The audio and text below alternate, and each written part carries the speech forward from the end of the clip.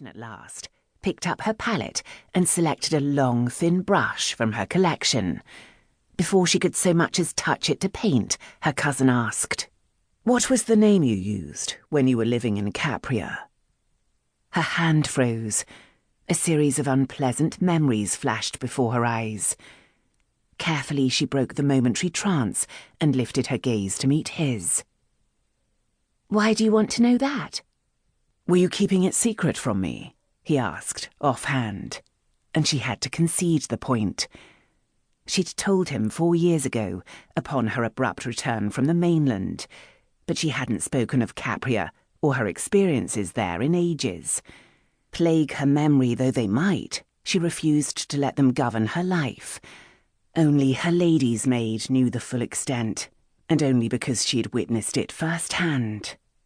But refusing to speak of it when directly asked would only arouse suspicions. Even though Aidan knew a fraction of the truth, he needn't suspect it still bothered her. So Iona focused on the half-finished portrait and quietly said, "I called myself Iona of Gemp." "Why Gemp?"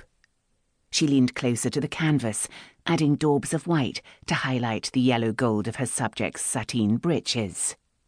"Because it lies in the furthest corner of their kingdom, with only a lower set of nobles who rarely sent their children to the royal college. Why the sudden curiosity?"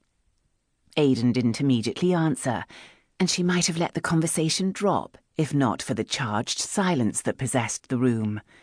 After 3 more daubs of white, she stepped backward and to one side, the better to scowl at him.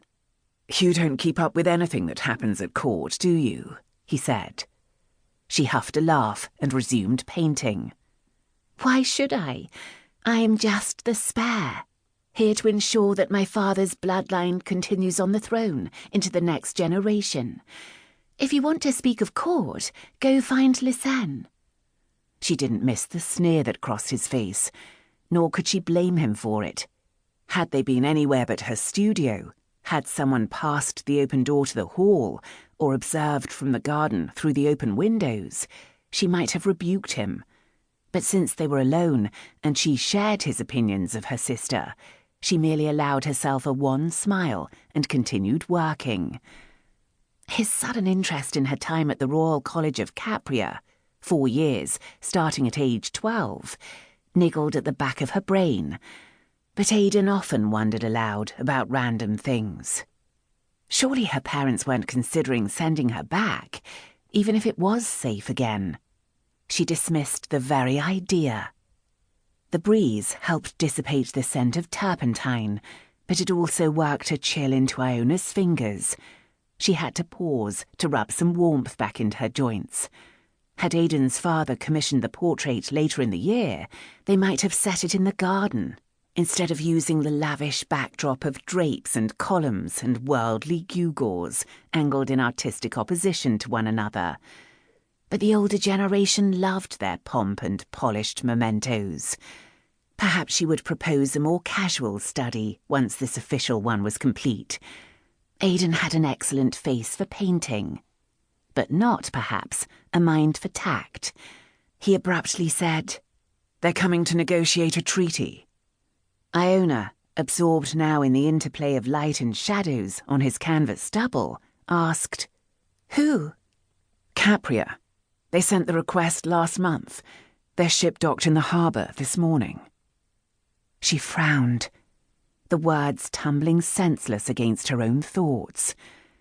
Capria had fallen into civil war, the cause of her abrupt removal from its shores when she was 16. Of course, she knew that conflict had resolved. Such news travelled even to her neglected corner of the castle. But that had been more than a season ago. Wessett had given the Caprian nobles only a pittance of support during the worst of their battles, too, thanks to a troubled past between the kingdoms. "Why would they want a treaty with us?" she asked. "Probably to preempt your father from invading and taking them over when they're already at their weakest." She blinked. "Io, sometimes I can't tell if you're truly oblivious or if it's all an elaborate act," Aidan said. "Capria has proposed a marriage alliance.